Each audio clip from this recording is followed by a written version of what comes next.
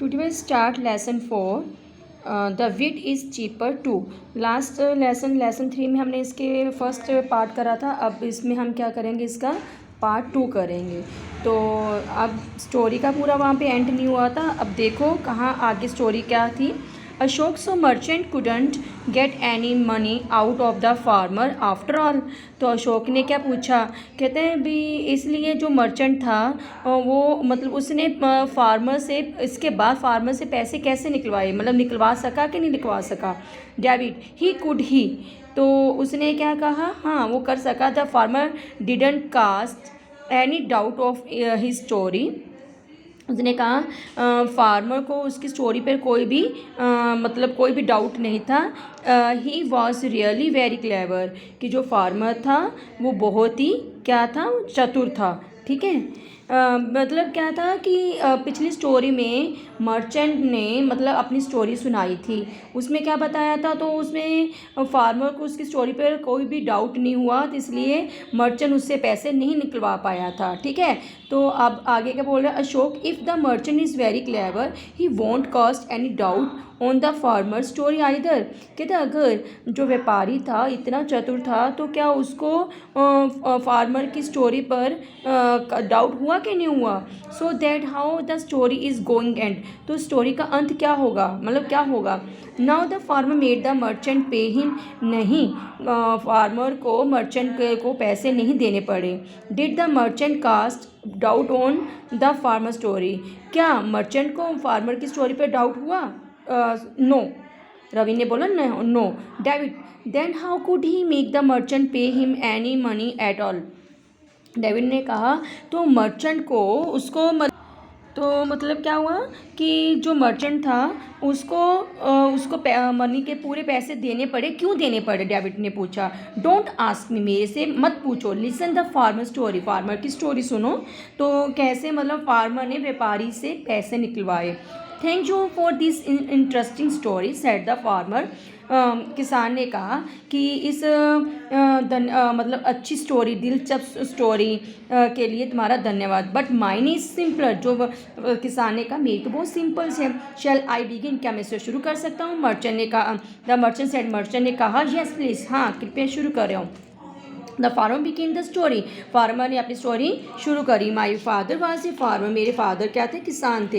He had a fine horse, उनके पास बहुत अच्छे घोड़े थे. And a fine saddle to put on it, मतलब उन घोड़े के ऊपर रखते हैं ना लेदर की, मतलब जो रखते हैं उसको क्या बोलते हैं, काठी. मतलब बहुत उसके घोड़ों पर क्या थे, बहुत सुंदर सुंदर काठियाँ थी. Every Sunday he used to go on his horse to go to the market in a neighbouring village. तो हर संडे को वे क्या करते थे, घोड़ों पर जाते थे. कहाँ, मार्केट में, नेबरिंग विलेज, पड़ोस के गांव में. पीपल एडमायर करते, प्रशंसा करते थे किसकी, घोड़ों की. एंड इट्स सैडल, उसकी काठी की. एंड दे यूज्ड टू से what a fine horse, what a fine saddle. तो वो क्या कहते थे, वाओ कितना अच्छा घोड़ा है, वाओ उसकी काठी कितनी अच्छी है. One Sunday my father put the saddle on the horse. एक मतलब रविवार को मेरे पिता ने घोड़ों पर काठी रखी. And rode to the market, वो कहाँ चल दिए, मार्केट मतलब बाजार. व्हेन ही रिटर्न होम, जब वो घर पे आए, he found that the horse had a सोर ऑन इट्स बैक. उन्होंने क्या पाया कि घोड़े की जो बैक है, पीठ पर क्या हो गया, फोड़ा हो गया है, जख्म हो गया है. Was it very big, the merchant asked, merchant ने पूछा क्या बहुत बड़ा. Yes the farmer reply, farmer ने उत्तर दिया हाँ. As big as the palm of your hand, इतना बड़ा, तुम्हारी हथेली जितना बड़ा, हाथ की हथेली जितना बड़ा. Do you know how it go to the sore, क्या तुम जानती हो ये फोड़ा कैसे हुआ. हाउ कैन आई आज द मर्चेंट, मर्चेंट ने कहा मैं कैसे बता सकता हूँ. लुकिंग वेरी क्लेवर, उसने बड़ी चतुराई से मतलब देखा.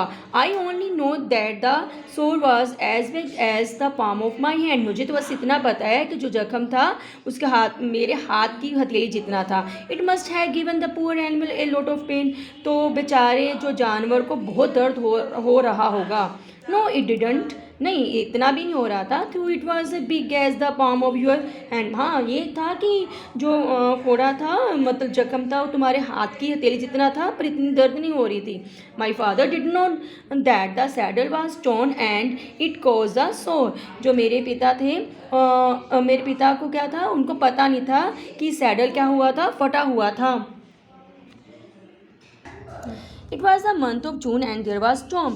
कहते वो कौन सा महीना था, जून का महीना था, और वहाँ पे क्या आया कि तूफान आया। The poor horse got a lot of dust into the sore and with the dust some grain of the wheat too. कहते बेचारे घोड़े के फोड़े में क्या चला गया था, डस्ट चली गई थी।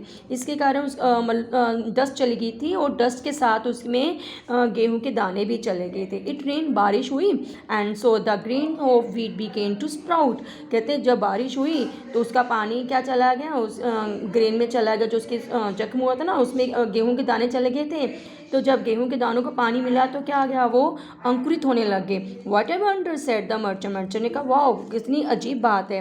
बट ही क्विकली एडिड, और उसने साथ में क्या ऐड करा, क्विकली होता जल्दी से, इट इज़ क्वाइट पॉसिबल, हाँ ये हो सकता है। Grain of wheat sprout when they get a chance.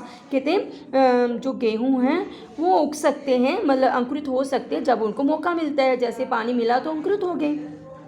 Yes हाँ, दिस स्प्राउट एंड ग्रू, हाँ वो अंकुरित हुए और बढ़ने लगे। Then what a fine crop we had, my father had to hire 20 men to reap it. कहते इतनी अच्छी फसल हुई उसकी मतलब पीठ पर कि मेरे पिता को उसको काटने के लिए 20 आदमी लेने पड़े, बुलाने पड़े। I had done it myself and number of times. मैंने भी कई बार उसको काटा है। Sometimes I use to hire even 40 men। कई बार इतनी अच्छी फसल हुई कि हमें 40 आदमियों को भी बुलाना पड़ा।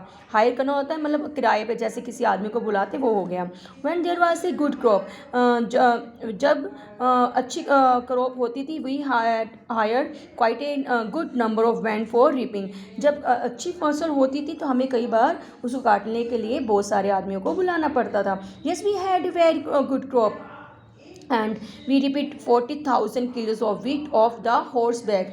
तो कहते हमारी फसल इतनी अच्छी हुई थी कि उसकी जो घोड़े की पीठ पर कितनी गेहूँ हमें काटी, 40,000 किलो हमने वो गेहूँ काटी। How lucky your father was. उसने कहा वाओ तुम्हारे पिता तो बहुत खुशकिस्मत थे। वेरी लकी इंडीड, वास्तव में बहुत खुशकिस्मत थे। But your father you know was poor and starving those day. कहता पर तुम्हारे जो पिता थे तुम जानते हो कि बहुत गरीब थे, वो भूखे मर रहे थे उन दिनों। सो ही केम टू माई फादर, तो वो मेरे पिता के पास आए एंड बेग्ड हिम, मेरे पिता से भीख मांगी, to give him 75 kilos of wheat. कहते मेरे को 75 किलो 75 किलो मेरे को गेहूँ मतलब मेरे को दे दो। The merchant was very angry, merchant को बहुत गुस्सा आया। हिज फादर नेवर स्टार्व, उसके फादर तो कभी भूखे मरे नहीं। But he could not cast any doubt on the story, पर वो उसकी स्टोरी पर कभी डाउट नहीं कर सकता था क्योंकि उसको पैसे देने पड़ने थे।